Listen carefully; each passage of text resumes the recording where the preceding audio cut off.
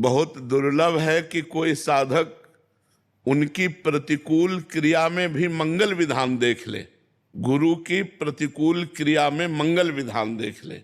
नहीं तो कभी कभी गुरुजनों की क्रियाएं और आदेश ऐसे होते हैं जो लगता है कि ऐसा कैसे ऐसा आदेश कैसे कर दिया, ऐसा तो नहीं होना चाहिए था। अब जैसे शिवाजी गए समर्थ गुरु रामदास जी के पास दीक्षा लेने के लिए, तो उन्होंने कहा हमारा पेट बहुत दर्द कर रहा है आज तो बोले गुरुजी राज वैद्य बुला देते हैं। बोले राज वैद्य की जरूरत नहीं, सिंगिनी का दूध पीते हैं तो पेट ठीक हो जाता है।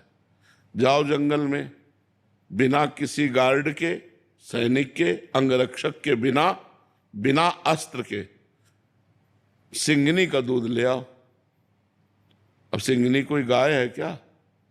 और सिंगिनी का दूध स्वर्ण के पात्र में रुकता है, स्वर्ण का पात्र लो और सिंगिनी का दूध लाओ। मतलब मरना है, सीधे मरना है। जंगल में खोजते रहे, देखा सिंह सावक उछल रहे तो समझाया सिंगिनी नजदीक। जो सिंगिनी ने देखा दहाड़ मारी और शिवाजी के ऊपर, सोई बीच में समर्थ गुरु रामदास जी प्रकट हो गए, से रोक दिया।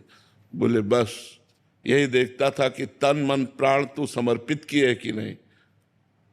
अब ये ऐसे कौन से होंगे जो तन मन प्राण इस तरह समर्पित कर दे। एक दिन श्री रामानंदाचार्य जी महाराज अपने शिष्यों की मंडली के साथ विचरण कर रहे थे, तो एक जंगल में रुके, तो वहाँ कुआं था, कुआं से पानी ठाकुर सेवा के लिए लाना था। तो जब पानी लाया गया तो उसमें गंध थी पत्तों की।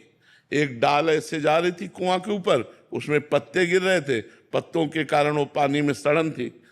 तो उनका अगर ये डाल काट दी जाए तो पानी स्वच्छ और पीने योग्य हो जाएगा। सब शिष्यों से कहा डाल इतनी ही काटो जितनी कुएं के पास है। तो उनका महाराज अगर डाल में चढ़ के गए तो इधर बैठना पड़ेगा और वो डाल के नीचे सीधे कुआं है, और उतनी ही अगर काटी गई तो काटने वाला कुएं में चला जाएगा। बोले हमसे इतना मतलब नहीं। बोले आप आदेश करो तो पेड़ के पास से डाल काट दे। तो उन्होंने कहा नहीं, डाल केवल इतनी ही काटनी जो कुएं के ऊपर है। मतलब मरना है, जो शिष्य काटेगा वो मरेगा, कुएं में सीधे जाएगा कुल्हाड़ सहित। एक खड़े हुए, प्रणाम किया, गए, चढ़ करके आए और जिधर डाल थी उधर पकड़ करके काटा इधर से, क्योंकि इधर से ही काटते बनेगा। तो जे ही काटा सो मैं कुल्हाड़ सहित कुएं में चले गए। सब शिष्यों ने कहा गुरुजी तो मर जाएगा। बोले हमारा काम था कुएं से डाल हटानी,